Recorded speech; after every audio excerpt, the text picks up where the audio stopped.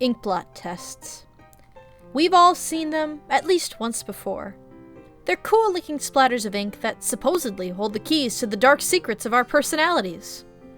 Can 10 simple images really have such awesome power? In this video, we'll be taking a look at the origins of the Inkblot test, actually known as the Rorschach test, and why it might not be as powerful as you think. Hermann Rorschach wanted to be a doctor ever since he was a child in the early 1900s. In a letter to his sister, he wrote, "I never again want to read just books, I want to read people. The most interesting thing in nature is the human soul, and the greatest thing a person can do is to heal those souls, sick souls." After moving to Zurich, the epicenter of the Freudian revolution at that time, Rorschach became fascinated with interpreting the mind. He wanted to produce a unified picture of a person or patient's mental state, and was determined to come up with a way to do it quickly, without requiring multiple tests. He envisioned a catch-all type test, one that combined methods like hypnosis and word association that were used previously into one neat package. Rorschach's ultimate goal with these tests was to produce a mental profile of somebody. Normally, he worked with patients with schizophrenia. The test was never really meant for widespread use, and it was never really meant to test for personality factors. So, why is that what we use it for now? Shortly after Rorschach published his test, he passed away. A couple years after that, the Rorschach test was taken, and it was classified as a projective test. That means it's a test where a person performs some kind of problem-solving task, and the process they use to do that task is supposed to reveal some aspects about their personality. This was something that Rorschach was very skeptical of in life, and it was definitely not the original goal of the test. This small change drove the test to become wildly popular. So popular that by the 1960s, there were 5 wildly different sets of scoring rules being used for it. As you can imagine, this drew many critics to question the test's validity and reliability. In response to this, a man named John Exner created the comprehensive system, a set of scoring guidelines that put all the previous scoring systems into one big, complex scoring system. He did this in a last-ditch effort to avoid controversies surrounding the test, and it's now the set of scoring guidelines that are used today.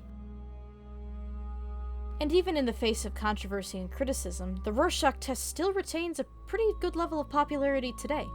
Take a look at the numbers on the screen. Lots of people are still administering and taking Rorschach tests.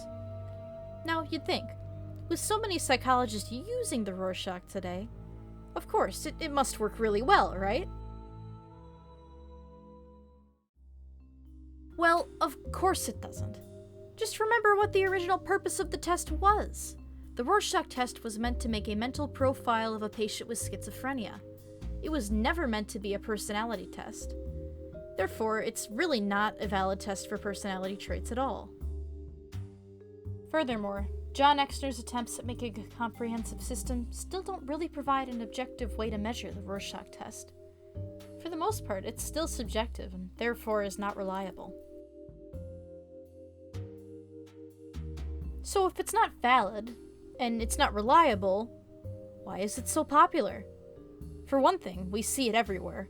In books, movies, TV, video games, even advertisements. It can't be argued, the Rorschach test is kind of a cool idea.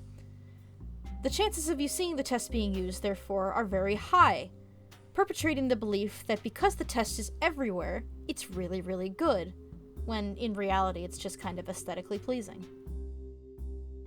What about in the psychology community? Well, the case of the Rorschach test is definitely one of an illusory correlation. Psychologists, and even the general public, make the false conclusion that because the test works well for some people, namely schizophrenic people under certain conditions, it must work well for everyone in every case, and therefore ignore any evidence to the contrary. When I say it like that, it does sound kind of ridiculous, but in reality, we make these kinds of illusory connections all the time. While the Rorschach test works well for the application it was created for, it, shockingly, doesn't work as well for a personality test. And that's fine. The myth that just a simple inkblot can hold the key to powerful information about ourselves is just that, a myth. Those ink blots may be pretty, but to you and I, they can't do much.